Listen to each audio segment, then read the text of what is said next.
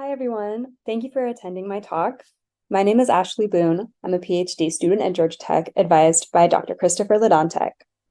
Today, I'm going to be sharing with you the highlights from my work with a partner organization in the Southeastern US and describe how their data practices embody a politics of care. In this presentation, I'm going to share with you key takeaways from our partnership with an organization called Immigrant Affairs.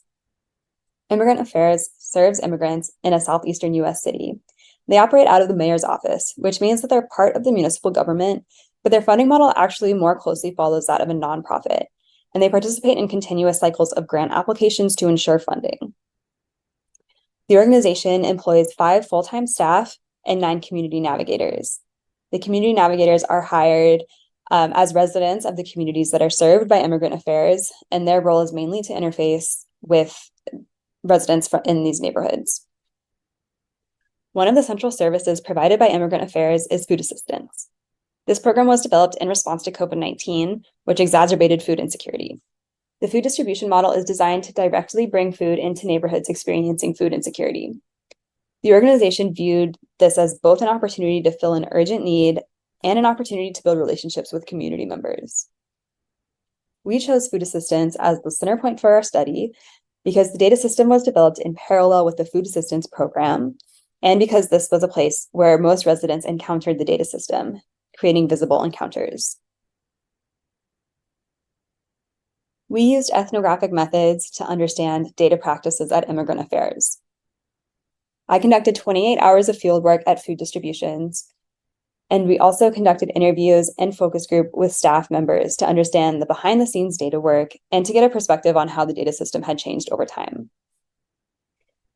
We use this data to conduct an inductive thematic analysis, pulling out key themes from our observations and our interviews with staff. At this point in the project, a few key themes started to really stand out in understanding data work at Immigrant Affairs. First, we saw this really intentional decision-making around the data practices in the organization. We also observed a deep commitment to providing material relief and protecting vulnerable populations. Lastly, we saw the high value that the organization placed on the relationships with residents and community members. We interpreted these characteristics as a practice of care. In order to understand data work in the organization, we turned to literature on the ethics of care. Ethics of care originated from feminist psychologist and ethicist Carol Gilligan in the 1980s.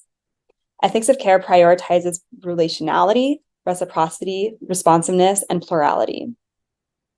Care has been used in STS to highlight matters of care and in describing caring processes like tinkering. Care also comes up in HCI in discussions of healthcare, making, and IoT. Additionally, care has emerged as a political theory. In the book Caring Democracy, Joan Tronto argues that care should be central to a democratic society. She describes 5 ethical qualities that characterize a caring democracy, which include responsibility, competence, attentiveness, responsiveness, and solidarity. Taking a political approach to care using these qualities presents care as an alternative organizing principle to neoliberal capitalism. Returning to our partner organization, using democratic caring as a lens highlights several key social and technological features of data work at Immigrant Affairs. I'm going to highlight a few of those features here today. First, Immigrant Affairs values and prioritizes relationships with community members. This is operationalized in their data practice by both social and technological features. First, the organization chooses to track success metrics that reveal community relationships. The main purpose of data at Immigrant Affairs is to record the number of people served by the organization. Instead of measuring the weight of food distributed or the number of meals served, success is defined by the number of people that the organization reaches. In order to keep track of the number of people served, Immigrant Affairs requires that all attendees check in with the community navigator before receiving food. The organization recognizes that this is a practical necessity that allows them to keep track of the number of people served, but they also know that it creates moments of one-on-one connection between peers, and they use that to build trust and check in with members of the community. Therefore, attentiveness becomes part of the standard procedure at these events. Secondly, we see a commitment to protecting vulnerable populations that is embodied in the data practice. Immigrant Affairs intentionally does not ask for data such as citizenship status, which could potentially cause harm to residents or could deter them from interacting with Immigrant Affairs in the first place. If people show any discomfort around answering questions that are part of the intake form, the staff are trained to skip those questions. Staff at the organization explained to me that it was more important to them that residents were able to access services and that the organization was able to maintain their relationship with community members. These things were considered more important than collecting reliable, consistent data about every person. In both these cases, non-collection is part of the work of providing competent care for immigrant communities in the Southeast. Both of these cases show how non-collection is part of the way that Immigrant Affairs competently serves immigrants in the Southeastern US. Lastly, through ongoing tinkering and changing forms and changing data practices, we see a responsiveness to community needs. For example, the organization responded to confusion about Likert scale questions by replacing Likert options with yes, no, and maybe. This response required a close sociocultural attention and a willingness to respond to the needs of the community they worked with. Using care as a lens to understand data practices at Immigrant Affairs reveals nuance, flexibility, and sociocultural awareness in our partners' data work. We do not argue that the organization has overcome the inherent biases and value judgments that are produced by measurement. But we do think that the organization's data practice has been formed through a careful attention to the politics of measurement.